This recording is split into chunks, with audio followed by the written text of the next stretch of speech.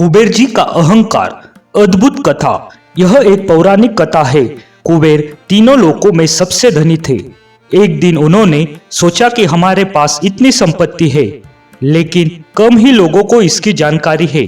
इसलिए उन्होंने अपनी संपत्ति का प्रदर्शन करने के लिए एक भव्य भोज का आयोजन करने की बात सोची।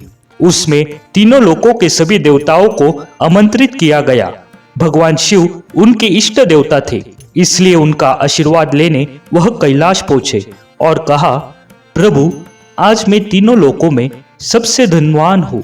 यह सब आपकी कृपा का फल है। अपने निवास पर एक भोज का आयोजन करने जा रहा हूँ। कृपया आप परिवार सहित भोज में पधारने की कृपा करें। भगवान शिव कुबेर के मन का अहंकार ताड़ गए। बोले, वत्स, मैं बूढ़ा हो चला हूँ, कहीं बाहर नहीं जाता। कुबेर गिड़गिड़ाने लगे, भगवान, आपके बगैर तो मेरा सारा आयोजन बेकार चला जाएगा। तब शिव जी ने कहा, एक उपाय है।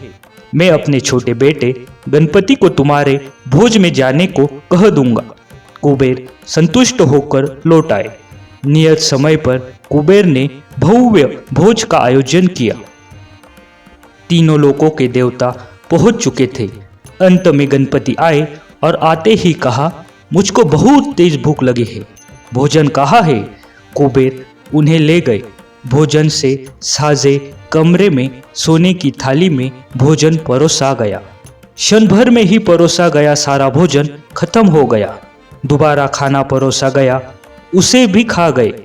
बार बार खाना परोसा जाता और क्षण भर में गणेश जी उसे चट कर जाते। थोड़ी ही देर में हजारों लोगों के लिए बना भोजन खत्म हो गया, लेकिन गणपति का पेट नहीं भरा। वे रसोई घर में पहुंचे और वहां रखा सारा कच्चा सामान भी खा गए, तब भी भूख नहीं मिटी।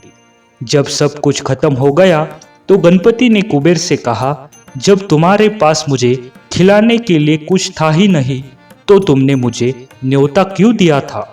कुबेर का अहंकार चूर-चूर हो गया।